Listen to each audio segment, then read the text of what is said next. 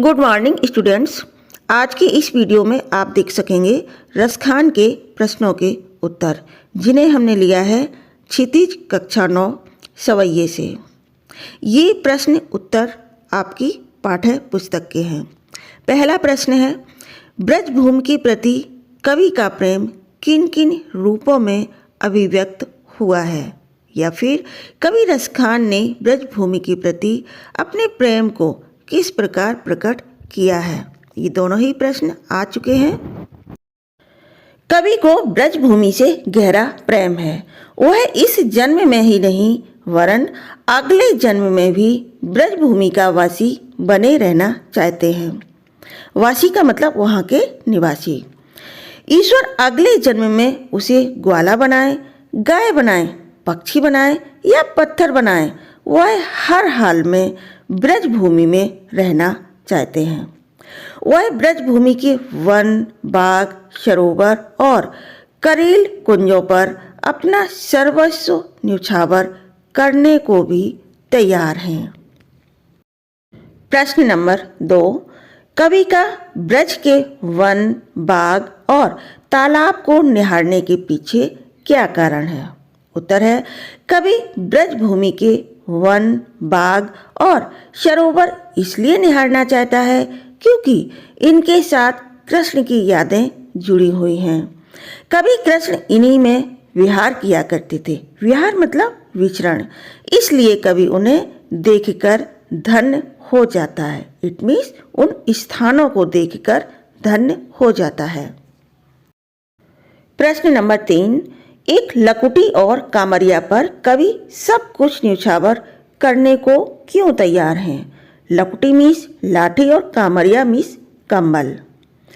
कवि के लिए सबसे महत्वपूर्ण है कृष्ण, इसलिए कृष्ण की एक एक चीज उनके लिए महत्वपूर्ण है और यही कारण है कि वह कृष्ण की लाठी और कम्बल के लिए अपना सर्वस्व न्यौछावर करने को तैयार हैं।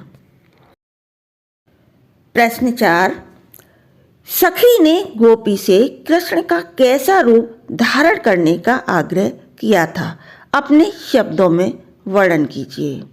उत्तर है, सखी ने गोपी से आग्रह किया था कि वह कृष्ण के समान सिर पर मोर पंखों का मुकुट धारण करे, गले में गुंजों की माला पहने, तन पर पीले वस्त्र पहने, हाथों में लाठी थामे और पशुओं के संग विचरण करे, सेम उस तरह से जिस तरह से कृष्ण कन्हैया रूप धारण करते थे और गायों को चराने वन में ले जाते थे।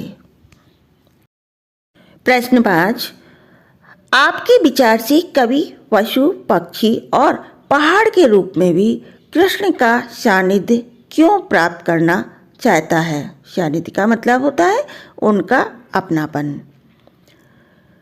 मेरे विचार से रसखान कृष्ण के अनन्य भक्त हैं। वे किसी भी सूरत में कृष्ण का सानिध्य चाहते हैं।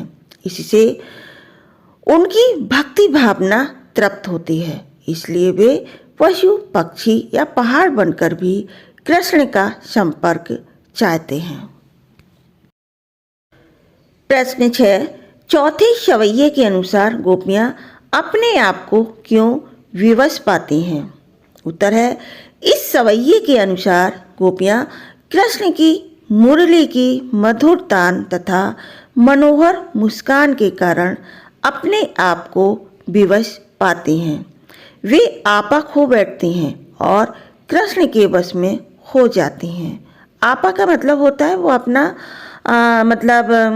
अपनी शुद्ध बुद्ध खो बैठती हैं, ठीक, और एक तरह से कृष्ण के वश में हो जाती हैं। प्रश्न नंबर 7, भाव स्पष्ट कीजिए। ये कुछ पंक्तियां दी हैं, उनका हमें भावार्थ लिखना है।